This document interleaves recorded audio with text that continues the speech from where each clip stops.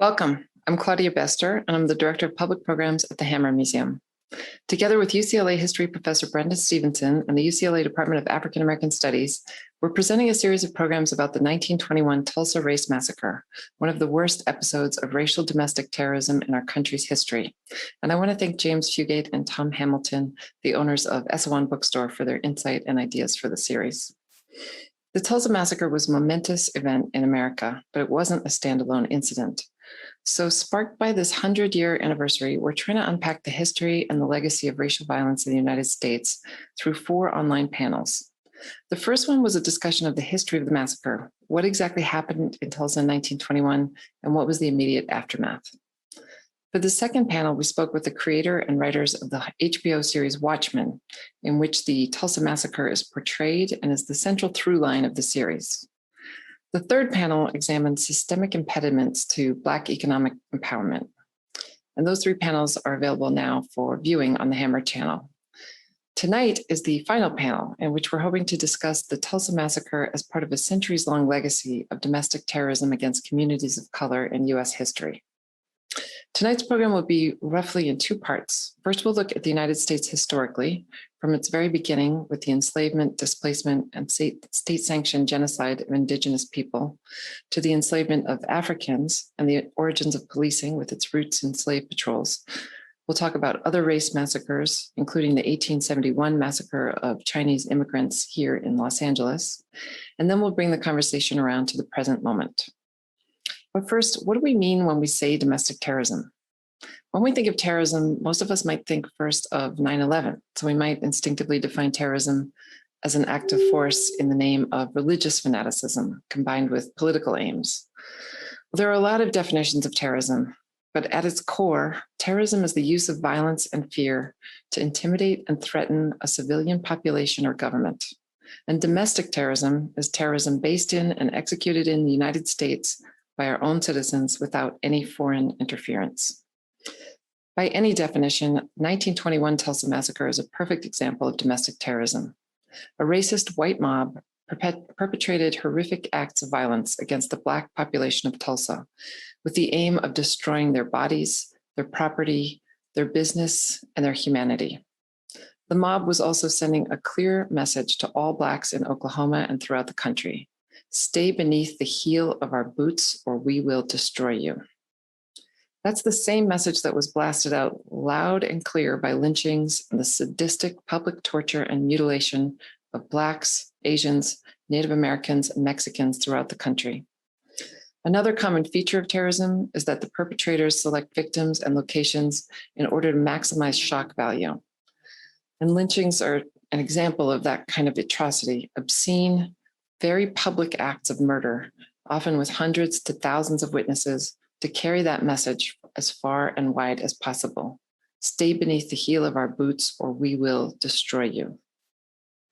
Our goal in tonight's panel is to draw a very clear through line from the original violence of colonization and slavery to the present moment, the murder of George Floyd and hundreds of other men and women of color by police, the massacre at the Wisconsin Sikh Temple, the massacre at the Emmanuel AME Church in Charleston, South Carolina, the Unite the Right rally in Charlottesville, Virginia, the El Paso Walmart massacre, the Atlanta spa shootings, and so many other violent hate crimes. What do these mass murders tell us? How do they tie into our colonial slaveholding past and the unfinished business of the Civil War? And is it all part of an ongoing continuum?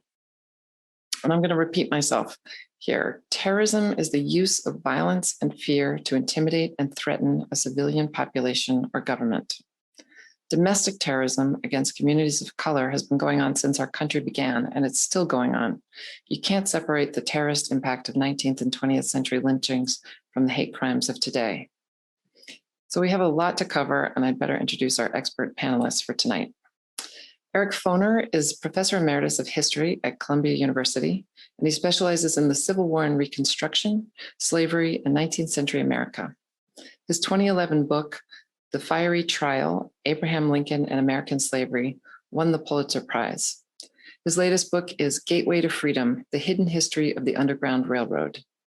Professor Foner has curated several museum exhibitions, including the prize-winning Chicago Historical Society exhibition, A House Divided, America in the Age of Lincoln.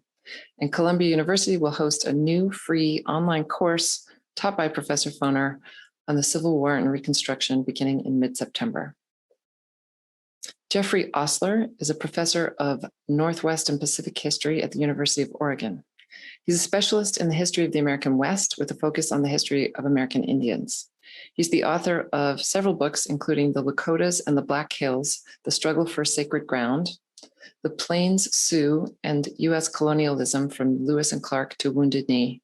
And his most recent book is Surviving Genocide, Native American Nations and the United States from the American Revolution to Bleeding Kansas.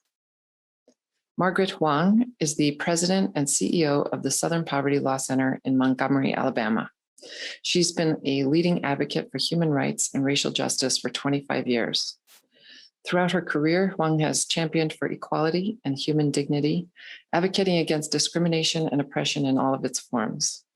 Prior to the Southern Poverty Law Center, she served as the executive director of Amnesty International USA, where she was responsible for leading campaigns to protect the human rights of migrants and refugees, torture survivors, gun violence victims, and activists and protesters across the globe.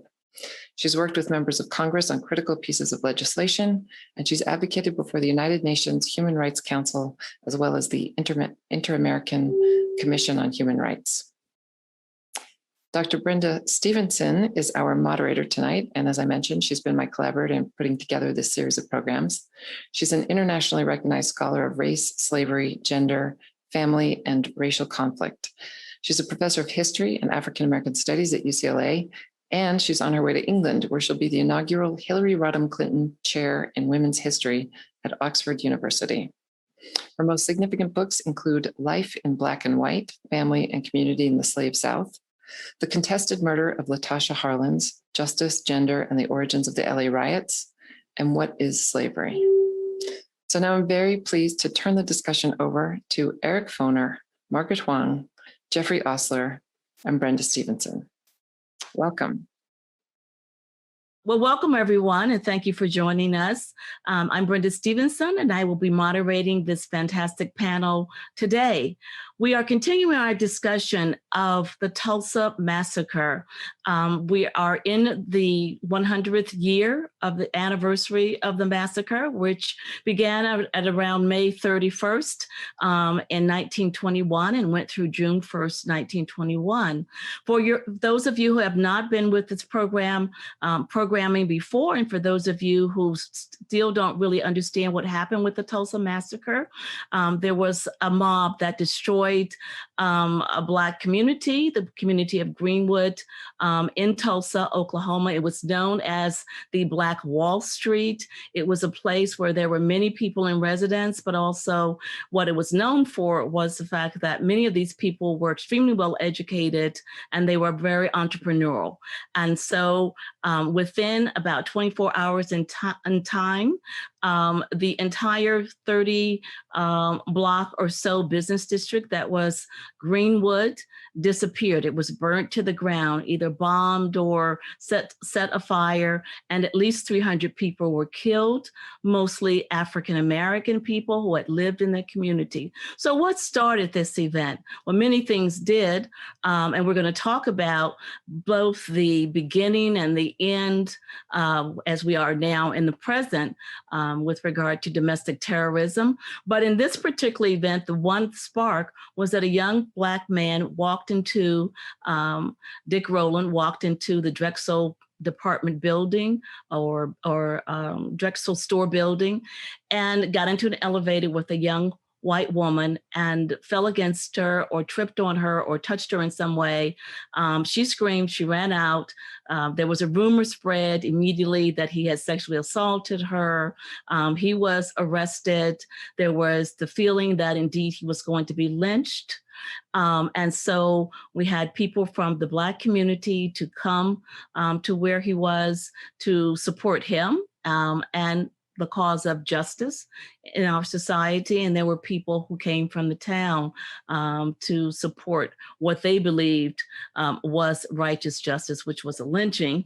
And a melee began, a melee that ended in the deputizing of many of those persons who were males who were in the white community, and many of the Black people, men, children, and women killed, and their homes and businesses destroyed. Remarkably, Roland does not die. He escapes, but many other people did not. And so here we are today to talk about, the history of domestic terrorism, particularly as it is focused on or used against communities of color in the United States. And so I'm really happy to first introduce Jeff Ostler, who will talk to us a little bit about what is known as the first sin in the United States, which is the treatment of indigenous peoples, particularly in up until now. But let's begin with the beginning, which was the time of contact. Well, thank you very much, Brenda. I'm very glad that you've brought up in connection with the Tulsa Race Massacre, the question of dispossession and genocidal violence toward the indigenous people of North America. And often in conversations, people will identify America's original sin as slavery.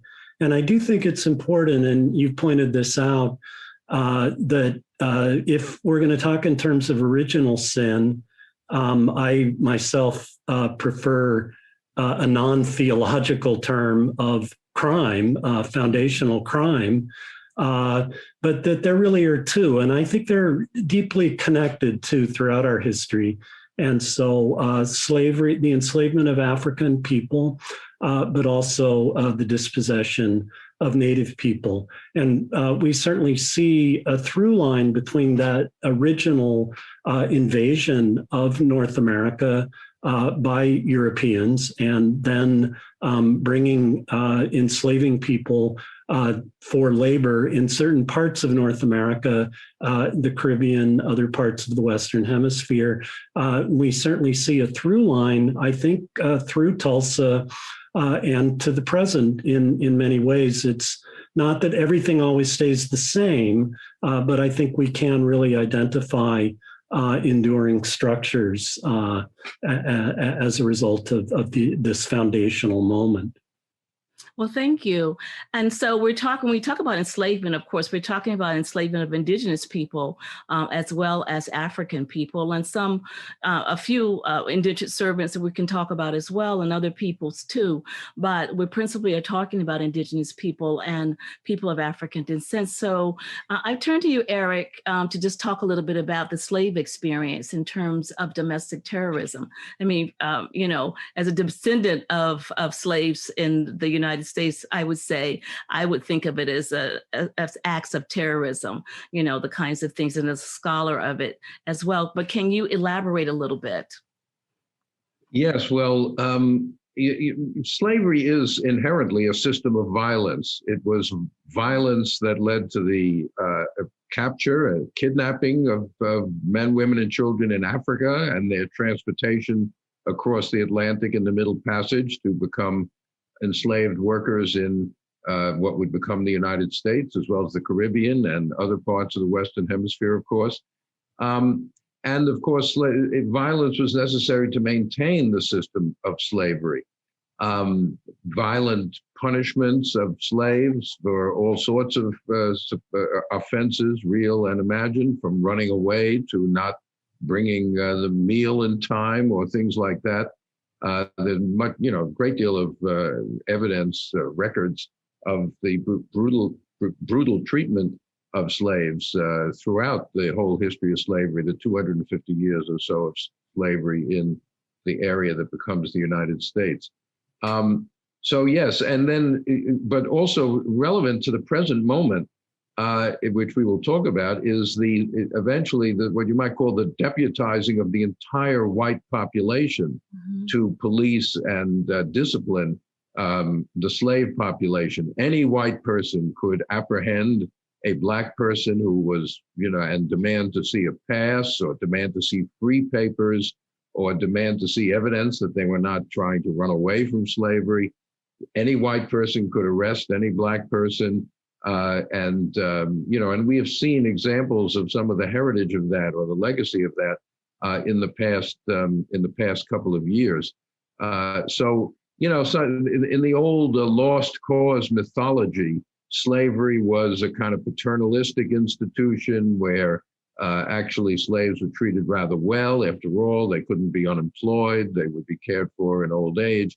Although people eventually came to realize it was a good thing that slavery was abolished, it was not seen for many, many years as either a violent institution, a terrorist institution, or just one in which brutality was baked in from the very beginning. And I think that's part of this foundational injustice that Jeff was mentioning a few minutes ago.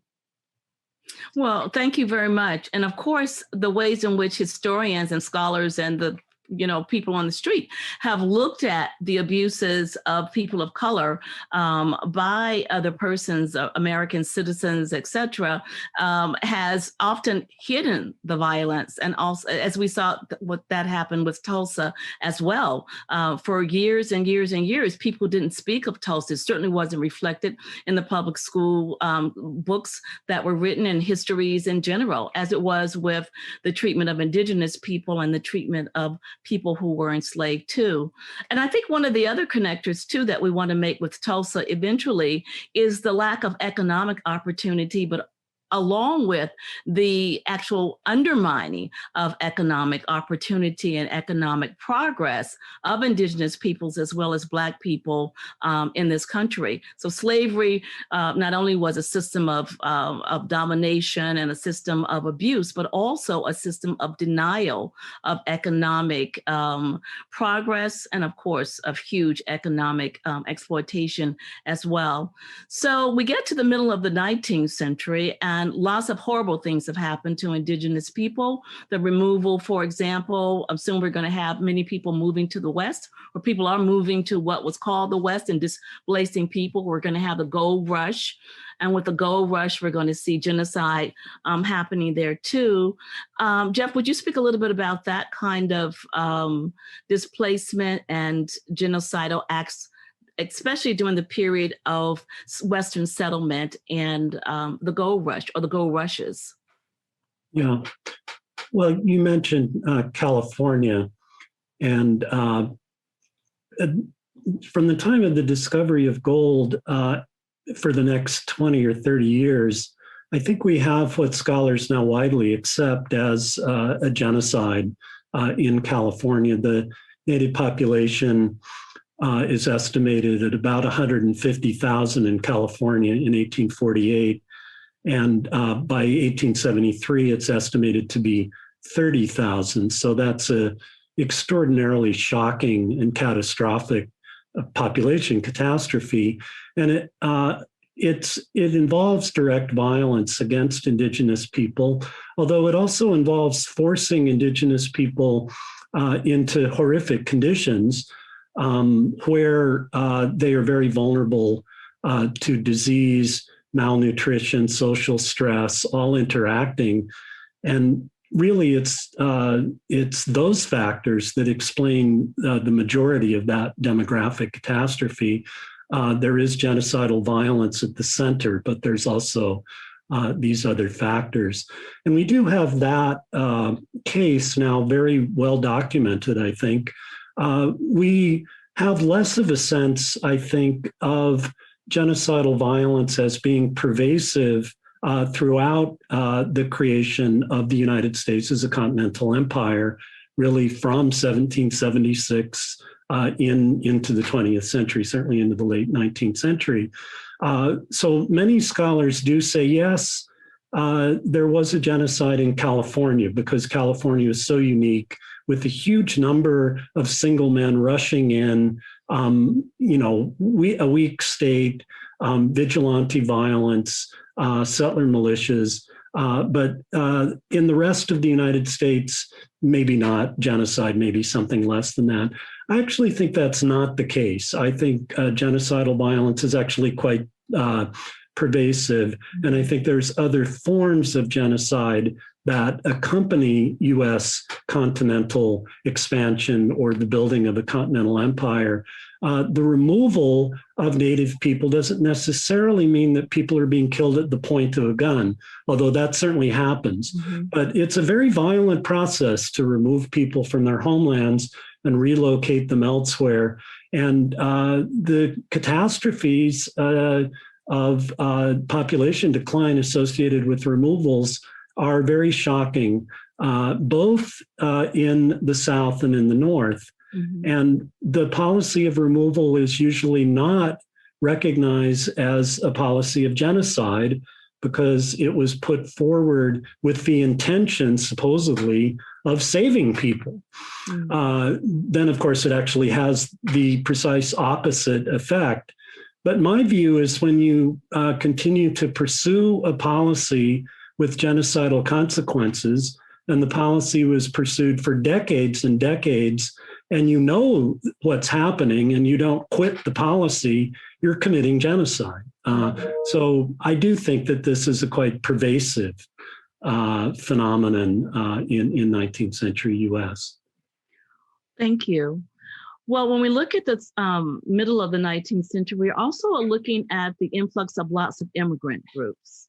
And so we're looking on at the one hand on Irish immigrants who are beginning to come in the earlier part of the 19th century. And because they are Catholic and they're poor and they're not British, they are racialized in a particular kind of way.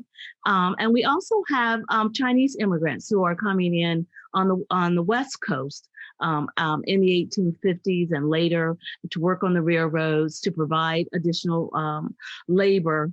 And they are also racialized and also are treated particularly badly as an other group. And so, Margaret, would you like to just comment a little bit on that experience? Sure, thank you.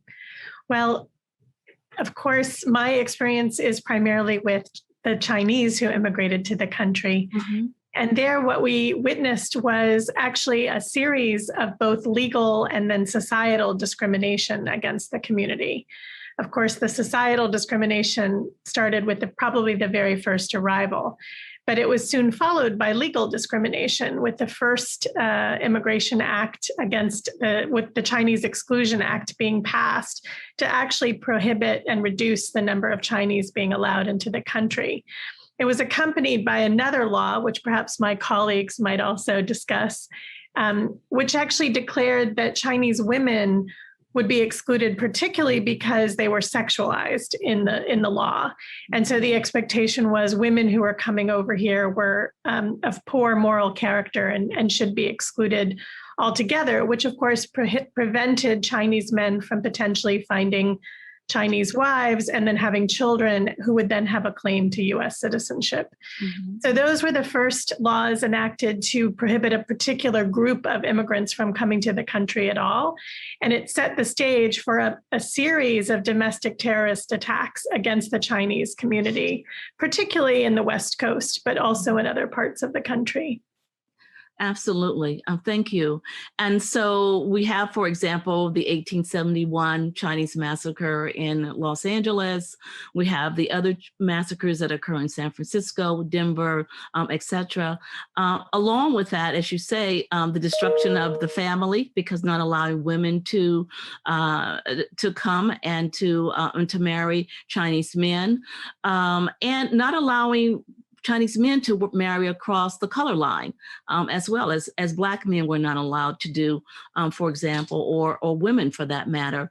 I think it's very important that you talk about the sexualization of the women okay, the women who were othered, because they too become part of the ways in which communities of color are diminished.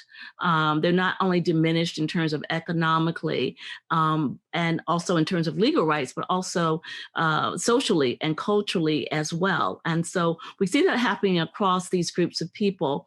At the end of the 19th century, we also began to see Eastern European Jewish people who are coming into the community, into the country in large numbers. And we're seeing the same kinds of, cultural denunciations, the same kinds of fears of and othering of this Jewish community as being anarchist, as being diseased, as of course, Black people were thought of as being unhealthy people, as were, Chinese people were thought of as well. A threat to that is not only the nation in terms of its health, in terms of its morality, in terms of its economy, but also in terms of what it would do to the democracy within our country. So I'm going to turn back to you, Eric, and ask about this at the end of the Civil War, we have this opening up. It seems like that our democracy is going to get a real boost and actually have, be reimagined and reinforced through the Reconstruction amendments. But by the time we get into the 1880s, we're seeing something else altogether happening. So can you talk about that a little bit and talk about as a result of that, or maybe leading up to that, the kind of domestic terrorism that was involved? Right. Well, Reconstruction, the period after the Civil War, as you said, Brenda, was certainly a moment when many Americans of all backgrounds and ethnic race, et cetera, thought that with the end of slavery, a new vision, really, of what the United States was, a new vision of American nationality, of citizenship, of equality, would be sort of forged from the ashes of slavery. And a pro-slavery, I like to use the term, which is not from then, but from recently, of regime change. Mm-hmm. The idea of Reconstruction was regime change. Take a pro-slavery regime that's existed from the Revolution to the Civil War and change it into one based on equality. Mm-hmm. There's a wonderful cartoon or engraving by Thomas Nast from this period called Uncle Sam's Thanksgiving Dinner. And it's just a picture of a big table with a big Thanksgiving dinner, but it's a rainbow coalition, so to speak. Mm-hmm. White people, Black people, Native American people, Chinese people, men, women. This is the vision of a country that transcends the tyranny of race and inequality. And of course, the Constitution was rewritten with the 13th, 14th, and 15th Amendments to put the idea of equality into the Constitution for the first time, birthright citizenship into the Constitution for the first time. Now, of course, it was by no means perfect. Native Americans were excluded from this vision in large measure. The Civil Rights Act of 1866 does not apply to what they call Indians not taxed, that is, Indians living on reservations. The 14th Amendment talks about anybody born in the United States being a citizen as long as you are subject to the jurisdiction of the United States. And that, again, doesn't include Native Americans on reservations. And later, the Supreme Court would extend that to Native Americans who had nothing to do with reservations and were paying taxes elsewhere, but still not considered birthright citizens. The Chinese faced much discrimination at this period, as you know. California, I hate to say it, some of my best friends are Californians, but not only the genocide that we heard about, but California was really the origin of the Chinese exclusion movement.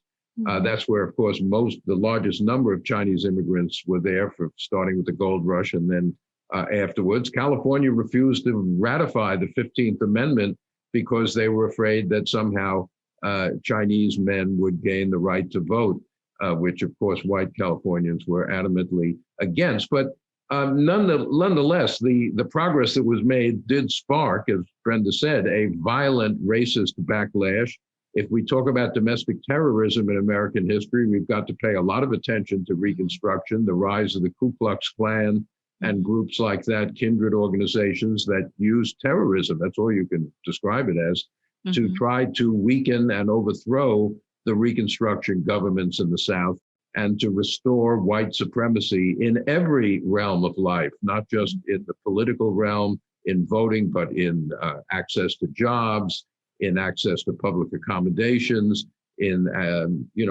just to a whole new system of racial inequality. And that the overthrow of Reconstruction, which takes place by the late 1870s, is then followed over the next generation, and not immediately, but over the course of a generation, as you said, in the 1880s, 90s, with the imposition of what we call in a shorthand Jim Crow, a new system of racial injustice, inequality, based on racial segregation, disenfranchising Black voters, economic, wide economic gaps between Black and white in the South, et cetera. So unfortunately, the progress of Reconstruction is confronted by a wave of domestic terrorism. And if we want to understand this kind of violence, we've got to look very carefully at how Reconstruction was overthrown. Absolutely. And of course, when we get to Jim Crow, it's really interesting because you've written about this, Eric, and you know that, there was so much exclusion of people of color prior to the American Civil War. If you looked in the Midwest, the West, the Northeast, everything was segregated at the time. And oftentimes when people talk about Southern exceptionalism, to point out to them that the Jim Crow system is something that is drafted really, quite clearly from the Northeast, the Midwest, and the West at the time that Black people supposedly received freedom and equality and protection of the law and all of that. And what's really important, I think, for us to indicate too, it's just not people. So these are laws, as you indicated, and it's also the Supreme Court. So we get to the, Plessy v. Ferguson in 1896. I'm going to ask Margaret to talk a little bit about that and how that impacted domestic terrorism something that would result in domestic terrorism. So the decision by the Supreme Court to allow separate but theoretically equal accommodations to Black and white communities really set the stage, and I think encouraged the notion of separateness between the different communities. I think actually the phrase that Eric just used is the key to thinking about domestic terrorism, whether it's from the 1600s or from last week. And that is white supremacy. That is the through line that Jeffrey talked about that goes from the very beginning throughout. And even after the Civil War, after Reconstruction, when efforts were made to try to transform the country, there really was not an open, candid discussion about how to overcome white supremacy. We looked at some of the laws, we looked at some of the programs and services, and the federal government looked at the way it was operating, but there was not a societal reckoning with how slavery, how indigenous genocide took place, and what the underlying pinnings of white supremacy had done to our country. And so we still have that problem today. We still haven't had that national reckoning where we openly acknowledge and discuss these very experiences that both Jeffrey and Eric have talked about, understanding how white supremacy continues today and continues to affect the ways that domestic terrorism plays out today. Well, I'm glad that you brought up the word white supremacy, because I'm going to switch over now and get a little bit out of our long ago past in the context of U.S. history at any rate, and come more to the contemporary society. So how should we describe, what are the words that we should use for these events? I mean, if we look at, what happened in Tulsa, if we look at what happened in many places at the end of the 19th, beginning of the 20th century. And we look at the destruction of communities of color, not just Black communities, but again, indigenous communities, indigenous peoples, Chinese communities, other people of color, etc., Latinx communities, and people. So what should we call this? Should it be called domestic terrorism? Should it be called, white power? Should it be called white supremacist activities? Is there a word? Should it be called white terror? Is there a term that is most applicable to this really long history within our society? Anyone, please. I mean, of course, the title is not, it's the thing itself rather than. Right, exactly.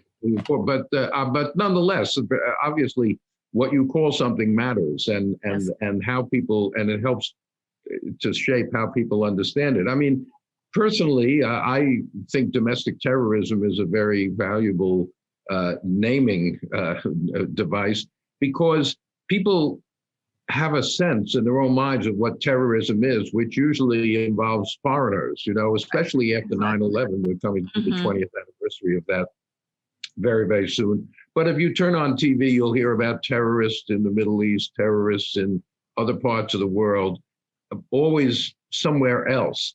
And I think the very notion that terrorism is something that has existed in this country for a long, long time and is still existing is a sort of shocking thing to many people. And if they take it seriously as a term, it will encourage them to begin to think perhaps in a somewhat new way about American history. So I vote for domestic terrorism, but that doesn't mean that there aren't other also very useful terms that one can apply as well. Okay, so I'm going to call on Jeff to see, which way do you vote, Jeff? Well, I think that's useful. I would say that, thinking about anti-Indigenous violence, that I think we do want to always emphasize that we have concerted attacks on nations and attacks on sovereignty. And that specific dimensions of violence are related to that. So, for example, one of the things I learned from reading a book by Sarah Deer, a law professor at Kansas, called The Beginning and End of Rape, where she is concerned with contemporary sexual violence against Indigenous women, but also historical roots of this in colonialism.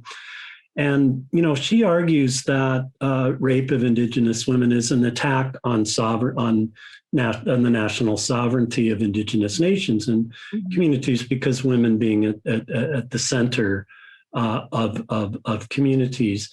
So if domestic terrorism then can be employed in a way that recognizes the distinctive position of Indigenous people as members of nations where the U.S. ostensibly has violated most of the time in practice, but ostensibly does have a nation-to-nation recognition and horizontal treaty obligations, then I think that, with that caveat, I think that what's being said by Eric and you bringing this term up, I think is quite valuable. Margaret? Thank you, Brenda. So I actually very much agree that the use of the phrase domestic terrorism is unexpected and probably does provoke the kind of thinking that all of us are so eager to see more of in our society. The problem is that the designation of domestic terrorism has political implications, just as foreign terrorism or terrorism generally has political implications. And for the Southern Poverty Law Center, we're actually very anxious not to adopt some of the practices that have been utilized to combat foreign terrorism in our domestic context. That said, I would argue that the shooting in Charleston, South Carolina in 2015 was an act of domestic terrorism. There's no other way to describe it.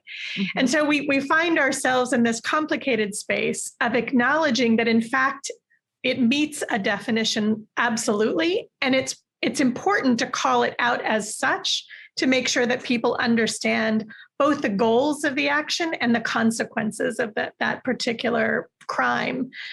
But at the same time, the responses to domestic terrorism may have to require some different considerations, because we have the First Amendment in this country and we have other protections in this country that we actually think are very vital. And so thinking about it as domestic terrorism is both important and challenging from an advocacy perspective. It is challenging. It's very much so, because many of my friends, and my daughter in particular, would say it's white terror. Why are you saying domestic terror? The vast majority of the people who are attacking communities of color are white Americans. And when people of color, are active domestic terrorists, it's not for the same reasons typically. It is not to gain power or to maintain power or to indicate superiority or to, cleanse the nation of, the quote unquote racialized other. And so, and she thinks it's a cop-out if I say domestic terrorism, and I don't say white terror. Well, this is a dialogue, of course, I'm sure many parents have with their children. But nonetheless, we are talking about different generations and how different generations come to this history, particularly as we're living through the George Floyd and Black Lives Matter movement, protests, Breonna Taylor, et cetera. Many of the people who are born, after 2000, specifically see this as a kind of white terrorism and want to know why experts like us won't call it what it is. As I said before, there are many possible. I would not in any way try to tell your daughter not to use language she thinks is appropriate. My hesitation about white terrorism is that it appears to sort of take the entire white population of the United States and put them into one kind of position in relationship to this. I think your daughter's right. Of course, most of what we are talking about vis-a-vis terrorism was conducted or inflicted by white people. Yes, of course. You don't have gangs of blacks in Reconstruction riding around wearing hoods and shooting white people like you did with the Klan in the other direction. So that's fair enough.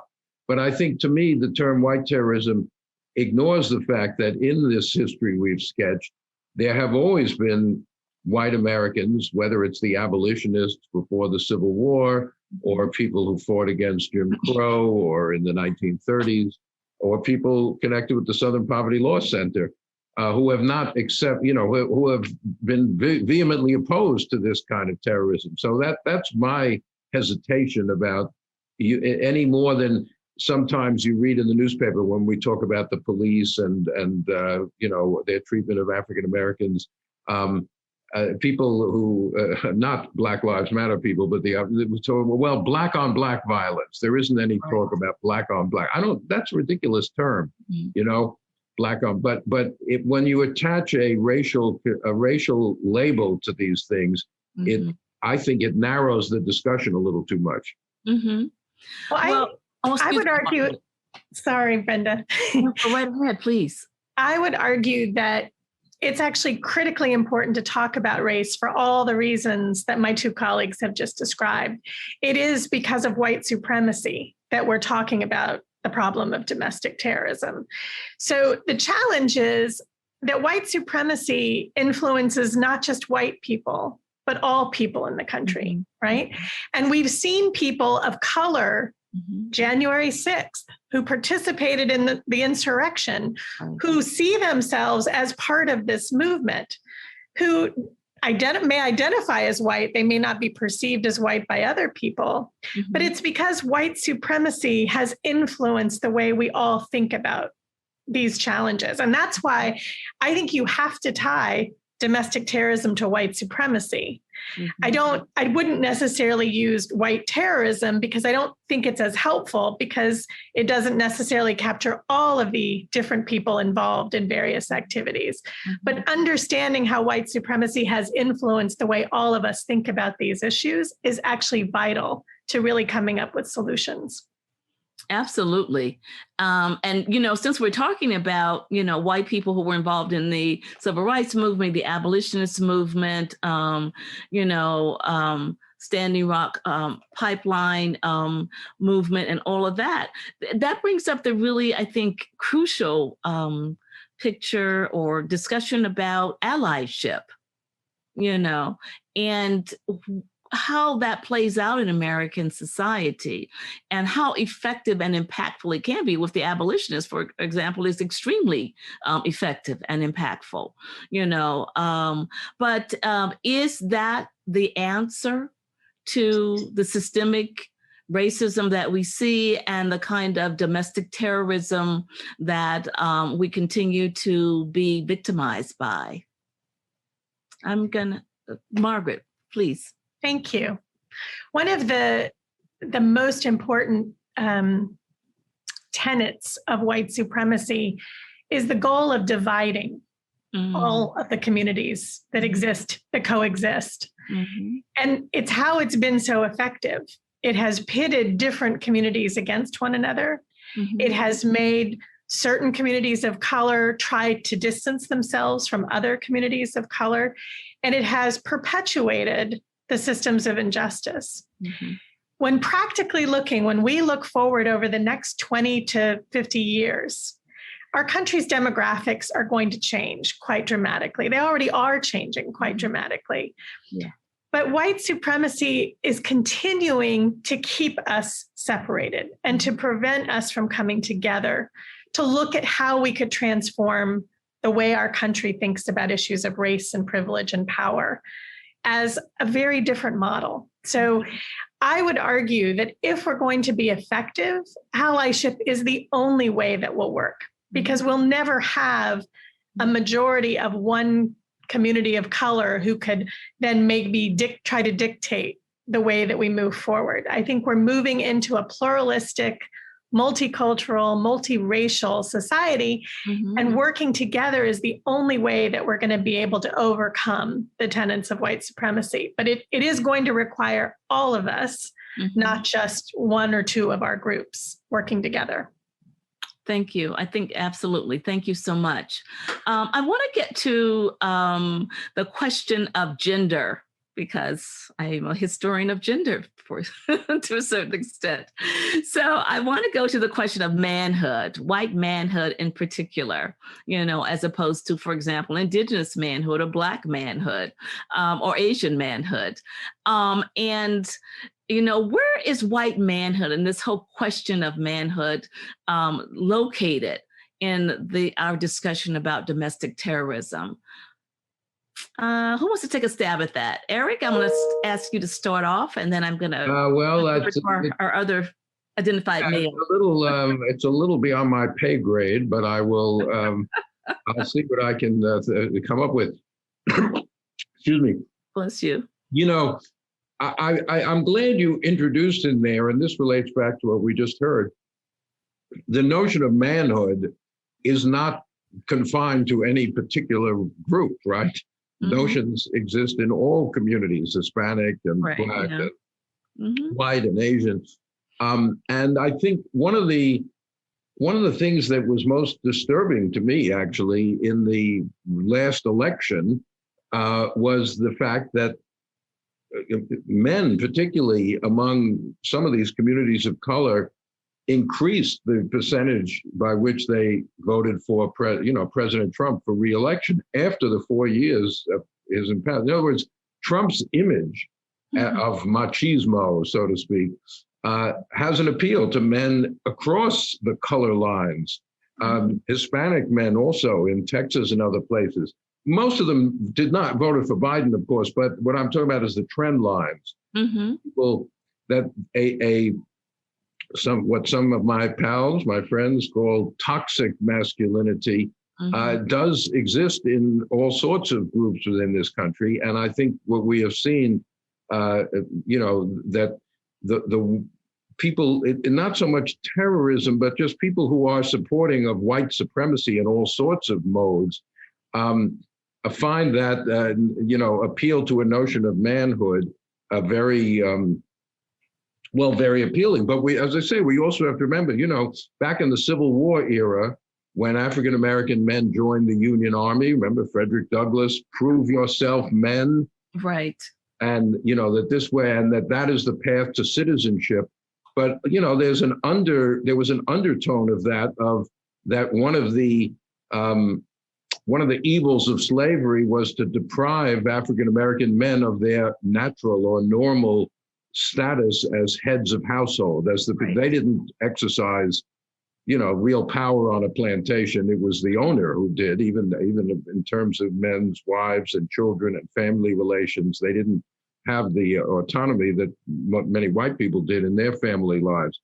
So, but that assumes a subordinate place for women. It does, right. It's just part of the assumption of what it is to be manly. And I think a lot of the challenge of manhood nowadays is related to the remarkable changes that have taken place in gender relations over the past 30, 40 years, in the status of women. Look at the, demonization of Hillary Clinton 4 years ago or so. One can have all sorts of criticisms of Hillary Clinton, obviously, but the hatred that men particularly directed at her, it was not just a question of whether you agree with her views on taxation policy or something like that. It was the very presence of a woman who might become the president of the United States seemed to produce a really, extreme backlash. So what am I saying? Yes, white manhood seems to be under assault, at least from their own point of view, in many ways. But that problem exists in other parts of the society as well. And I think it's, as we heard, it has to be dealt with through, cooperation of all sorts of groups to try to confront the toxic results of a kind of exaggerated sense of masculinity. Well, thank you. And certainly the notion of patriarchy is very important to all societies. I mean, we live in a patriarchal society, and many of the societies of color that we're talking about also are patriarchal in nature. So, the notion that the country itself should be run by a man, this whole notion of manifest destiny is something that men are going to do. And so women are disqualified because we're women, but also because as women of color, we're immoral and we can't stand, faithfully behind the man that is going to do all these other kinds of things. But if you're talking, Jeff, if we're talking about nations, if we're talking about indigenous nations versus the United States, for example, what is this notion of governance, manhood with regard to governance enter into the picture in terms of the domestic terrorism and genocidal acts that the indigenous nations have faced and still do face? Yeah.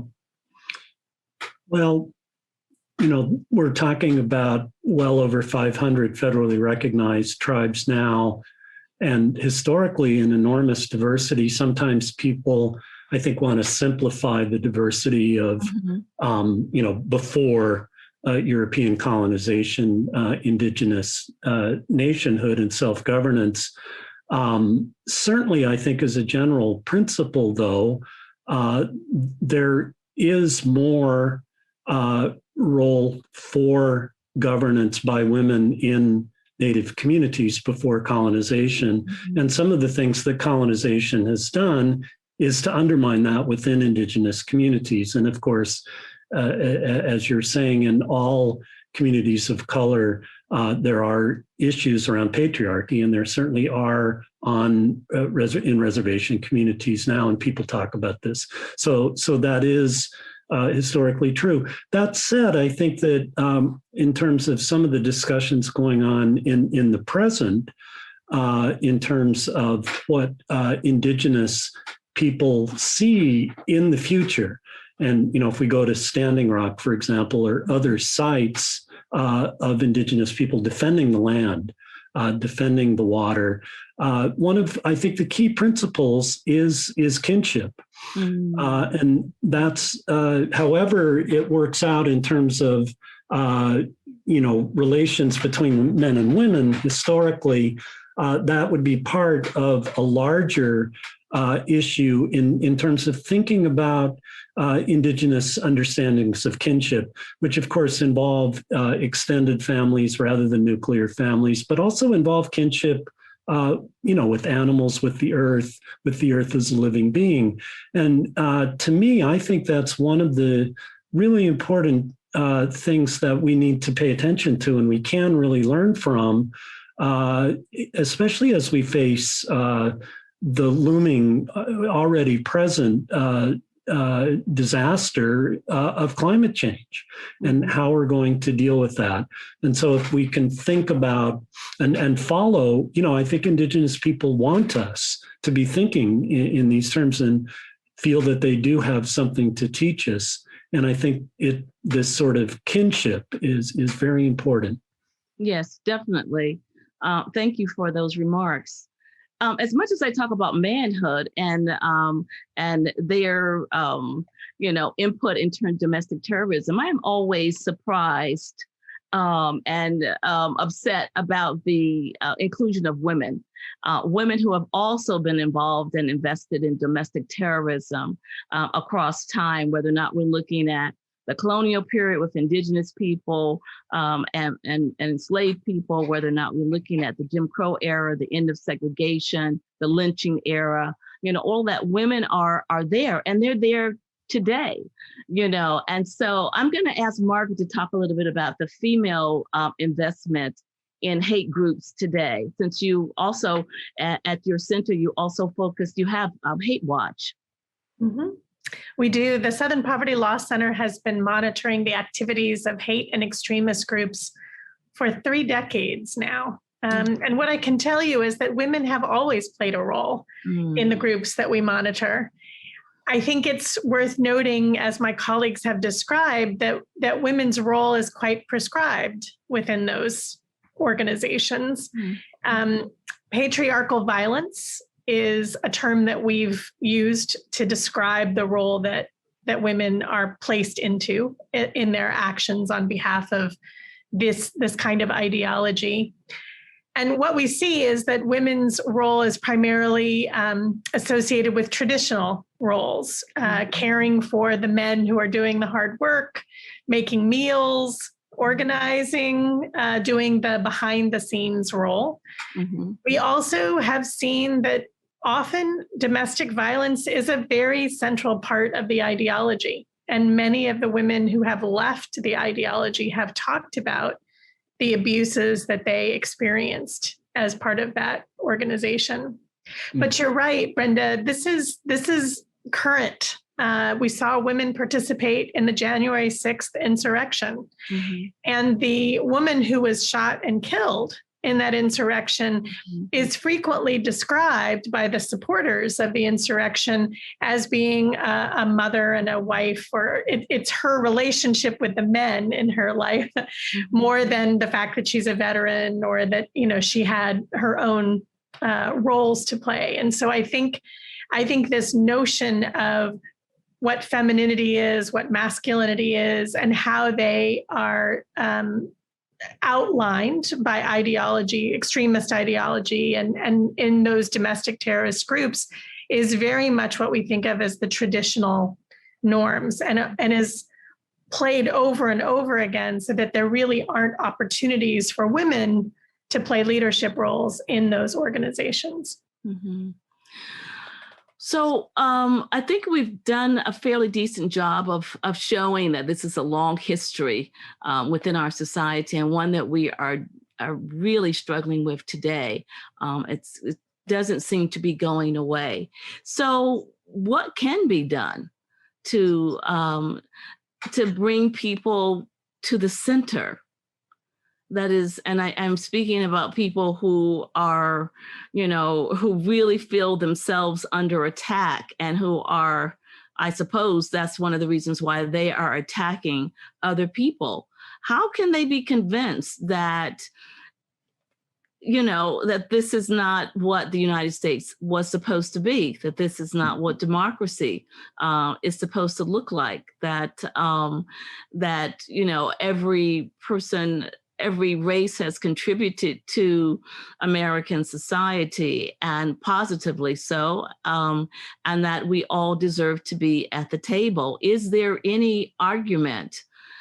Is there any action that we can put forth so that things like that happened in Tulsa, or happen in Charlottesville, or happen in Atlanta, or Charleston, or Pittsburg, or Standing Rock, so that those things don't continue to happen at the rapid pace and with the kind of devastation that is left behind? One thing that I think is essential, and we have not seen for the last 4 years or more, is really vigorous leadership from the top on these questions. Mm-hmm. We had a president for 4 years, Trump, who spent much of his time stirring up these passions and encouraging, if not directly encouraging violence, certainly encouraging the idea that some people are more deserving of equality than others. Some people are more deserving of American citizenship than others, or the right to vote, and stigmatizing all sorts of groups in the country. People learn from that. I mean, what the president says matters. You and I might say, oh, Trump, who can take seriously these stupid tweets he sends out all the time? But in fact, a lot of people do. And I think, talk that will not solve this problem. But I think leadership, where the president and people in Congress and others forthrightly declare that there is a serious problem in the country, and we are now going to be trying to develop policies to deal with it, I think would have a very salutary effect. I think even President Obama, obviously rather different than Trump in many ways, I think if you read his his memoir, he felt very constrained about actually addressing these problems directly. He didn't want to be the Black president. So right, yes, absolutely. And he later, I think, began to regret that a little bit, that he didn't speak out more forthrightly about racial politics, about violence of one kind or another, et cetera. Mm-hmm. So I know he was in a rather difficult situation as the first African-American president. But again, it just underscores my point that, we need leadership at the top. And we also need, as Margaret said, I think a willingness to cooperate across these lines. Mm-hmm. Allyship, you called it, but often those relationships are fraught with tension, which is inevitable in a society like this. Mm-hmm. The abolitionist movement, who I admire enormously, had a lot of tension along these lines between Black and white abolitionists. Yes, it did. And, that's part of our history. Right. So as the labor movement, even though it's a place where people have cooperated across racial lines for many, many years, nonetheless, also a lot of tension. So people have to, I think, be willing. Allyship in part means being willing to compromise sometimes, and not to just demand that all of your issues are the only important ones that matter. So a lot of steps need to be taken. What I've just mentioned is a couple of them, but a lot more needs to be done, clearly. Mm-hmm. Jeff, can I get you to come in on this? I would like it if there was some sense that the people who are committed to things like the insurrection of January 6th and supporting those kinds of politics could be persuaded of a different vision of America, and maybe some could. My small role, really, as an educator, is more directed to young people, few of whom on my campus have those kinds of politics. A few do. Most of them aren't in my classes. Occasionally, some are. I'm mostly then educating young people who are, I think, at some level idealistic, but in other ways very worried about the situation in the United States and in the world. But they're very hungry to learn about history. And so I do think that in our current political environment, history does seem to matter a great deal. Mm-hmm. And people are fighting about this. What is the history of the United States? It's not just fighting about the future, but also about the past. And it seems that a lot is at stake there. And so one thing that I think we do need to do, and I know people here are doing it, is to try to fight the efforts that are underway to maybe terrorism would be too strong of a term, but certainly to use legislative processes to frighten teachers from teaching the truth about history. And some of the laws that are being passed or being considered for passage are intended to intimidate people and silence them. Not so much at universities, I don't think, some there, mainly at K through 12. Mm-hmm. And I think this is something that we have to worry about and fight somehow. People are doing this. Yeah, Absolutely. You're right. I mean, I'm waiting for us to have a kind of a Scopes trial. Yeah.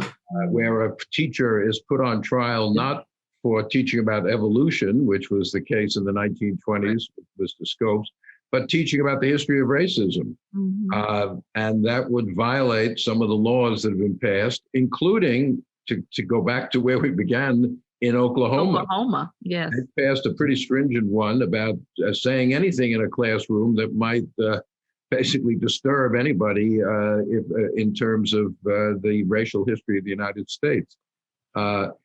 Gore Vidal, the great writer, once called this country the United States of amnesia.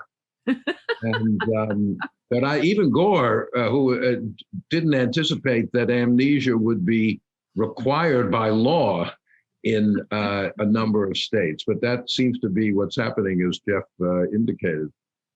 Most definitely. This is very, very frightening for everyone who teaches about race and to everyone who has a child in a classroom, because, one of the issues that is very clear is that, this generation is passed from one generation to the other, to the next. And very early on, children are socialized into having racist thoughts and believing that their race is superior to the other race and that their race is either more harmed or less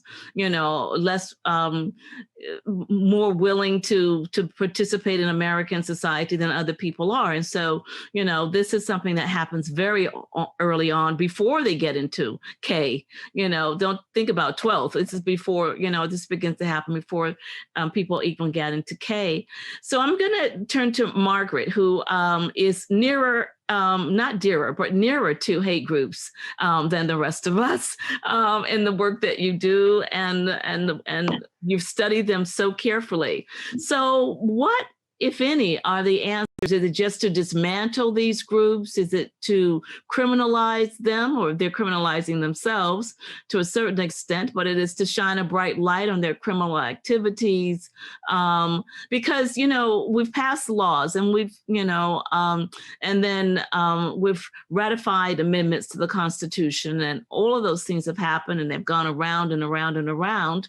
And we still have this systemic racism within our society. We still have this othering of people and this terrorism towards communities of color that we just can't seem to, stamp out. So what do you think, and what do the people at your wonderful center, what are the kinds of discussions you have that may offer solutions? So we have for a very long time believed that putting a spotlight on these organizations, on their ideology, helps to demystify beliefs about them and helps to put them clearly in the category of criminal activity rather than sort of ideological passion, right? And that is something that we're continuing to do by producing an annual report listing who these hate groups are, where their activities are, and what kinds of beliefs they're promulgating, what kinds of activities they're involved in. But I think we've recognized over the last few years that that annual report and the subsequent or complementary research that we do throughout the year to document those things is not enough. Mm-hmm. I think social media has played an extraordinary role in shifting the way that these organizations are both recruiting and doing their activities, as well as how they're thinking about organizing. For example, they are now organizing across borders. Mm-hmm. It used to be that these organizations were domestic organizations. We now see very clearly that they have ties to similar ideological groups in other parts of the world. And they're thinking together about how they can cause the kind of instability and chaos and problems that we're seeing here in the United States. So we have to be more proactive than simply shining the spotlight and documenting. We have to think about policy solutions. Some of this work has to be done at the local and state level. This is not a problem that the federal government can solve by itself. It's not just criminal prosecution that will stop it, because to your point, there is an underlying ideology that is being spread also by social media and other types of disinformation that is encouraging much broader percentages of the US population to buy into or support that ideology. One of our big initiatives at the Southern Poverty Law Center is a project called Learning for Justice, previously known as Teaching Tolerance. And after we had started monitoring hate groups for about 10 years, we realized that it was so important to prevent that ideology from taking hold. What you talked about, Brenda, maybe not before kindergarten, but certainly in kindergarten through high school, we wanted young people to be learning about our history, to understand some of the difficult aspects, the hard history, and to be able to put that into a context that still supported a multiracial democracy, an inclusive democracy in our country. And so we have an entire team of folks who develop curriculum, who work with teachers and schools across the country. We're expanding that work now to work with communities across the country and to really share these materials for free with anyone who wants to learn about these different parts of our history and how to engage in conversations in your community, in your classroom, that help people to understand how much we have in common and how much we all want to see the same outcome, the same society we want to build together. So I think that's critical for any of the future work. It's not enough simply to punish those who have the wrong ideology, but it has to be about offering an alternative, one that people can understand, one that we can discuss and debate together, but one that creates a really clear distinction about a successful, inclusive democracy. And you asked earlier, Brenda, how do we encourage people to shift and to make the changes we seek? A big part of that is building trust in government. I think it's extraordinary how the percentages of people who have trust in our national and state and local governments has really dropped, particularly over the last 4 years, but over the last couple of decades. I think we have to try to restore that trust that government is in fact a partner, is a player, is a leader in making these changes happen. And I think I'm hopeful that the initiative to really inoculate and vaccinate this country against the global pandemic is a demonstration of what can happen when government is functioning well, when there is leadership at the top, and there are people who are committed to showing how the government can deliver successful projects to the country. So we need to see more of that kind of leadership, as Eric referenced, that really demonstrates why government can be part of the answer to the problem. Well, yes, we do want the government to be the answer to the problems because we elect them to do that, for one thing. But I think one of the things that I often hear is that at the center of the problem is the government, but also the police. Policing of communities of color have feel like, domestic terrorism to a certain extent. And, certainly there were police involved in what happened in Tulsa 100 years ago, and what has happened so many places. And the sense that, there were policemen, for example, who were in the quote unquote insurrection. Mm-hmm. I am an alum of the University of Virginia, and I don't understand how the university police did not allow these people to come onto the campus of the University of Virginia in the first place. And to particularly the damage that could have been done to the rotunda that had been under Reconstruction for many, many years and had just been, become the rotunda again.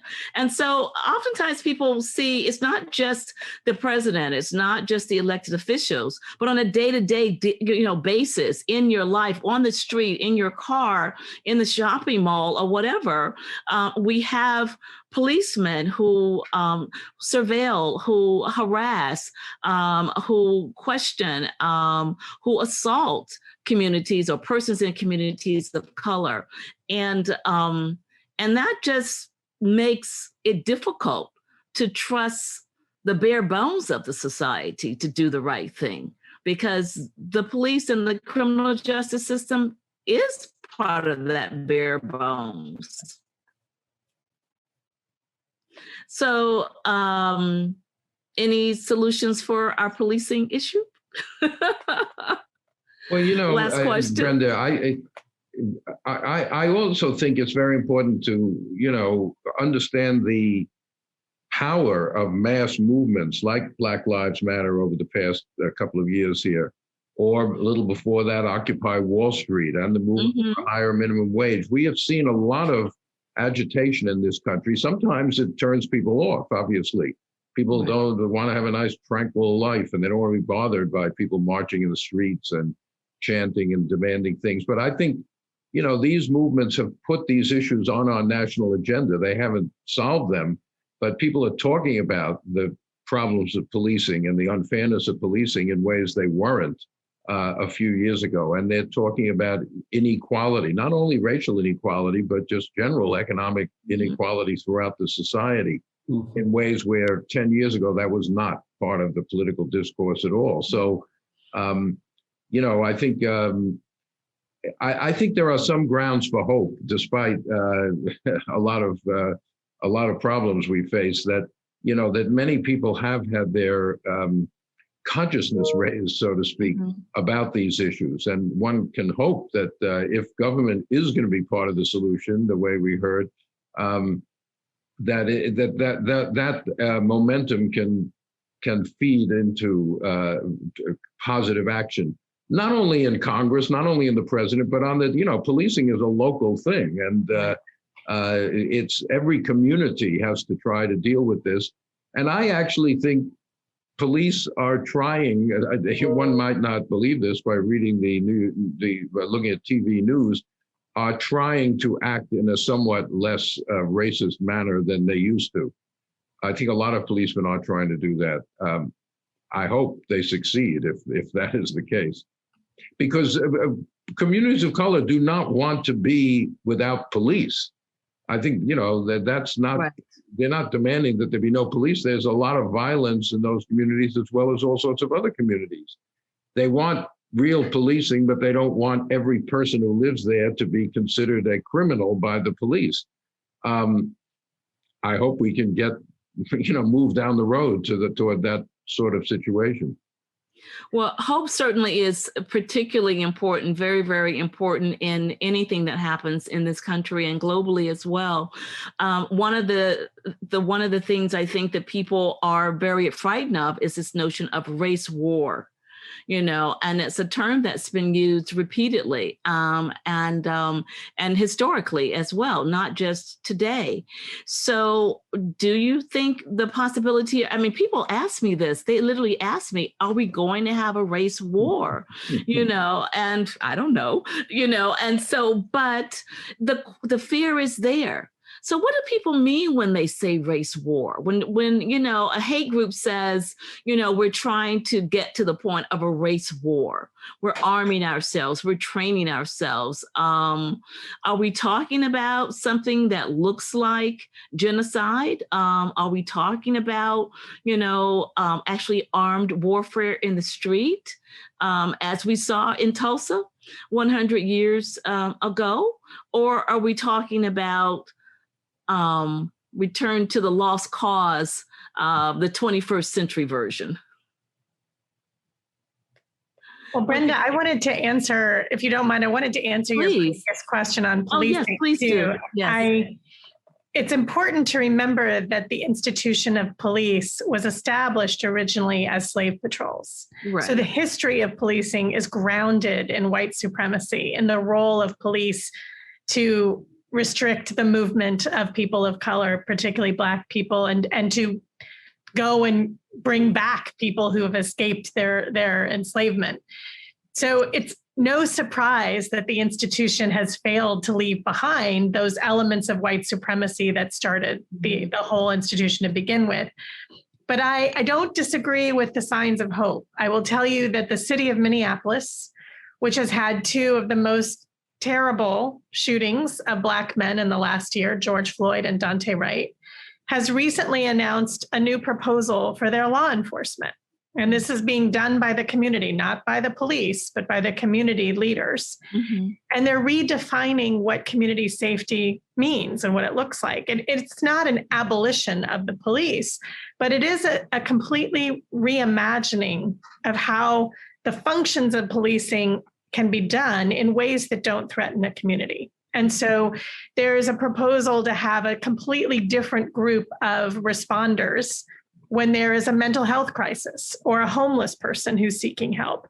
Mm-hmm. There is a completely separate group of traffic enforcers who will not carry weapons. They're thinking about ways in which they can decrease the threats mm-hmm. and the risks to communities of colors to try to build trust. Mm-hmm. And that's actually the answer. Mm-hmm. Because as you've noted, there are more than 18,000 law enforcement agencies in this country, that most of them are local. Mm-hmm. We have to find ways for local communities to really set the benchmarks for what good policing looks like. How does the good policing keep our community safe? Mm-hmm. And that has to be defined collectively. It's not something that the police can do by themselves. It's something that the community has to weigh in on. In terms of the race war, that is the goal of most of these extremist hate groups that we monitor. But you have to remember that's their goal, not that they have the plan for how to do it or the capacity to wage it. But it's the narrative that perpetuates their ideology. Mm-hmm. And so the most important thing is that we understand and counter the narrative. To have a race war requires both sides to be engaged. Mm-hmm. And at this point, there is a very small percentage of the population who embraces this ideology. So we need to put it into its proper context and not think of it as a kind of great threat across the country, but as a problem that we can counter with facts, real information, truthful information, and collective organizing across racial lines that shows that we're unified against this kind of ideology. Well, thank you. Well, thank you for the facts. Thank you for the hope. And thank you for this discussion. I very much enjoyed it. Thank all of you very, very much. Thank you.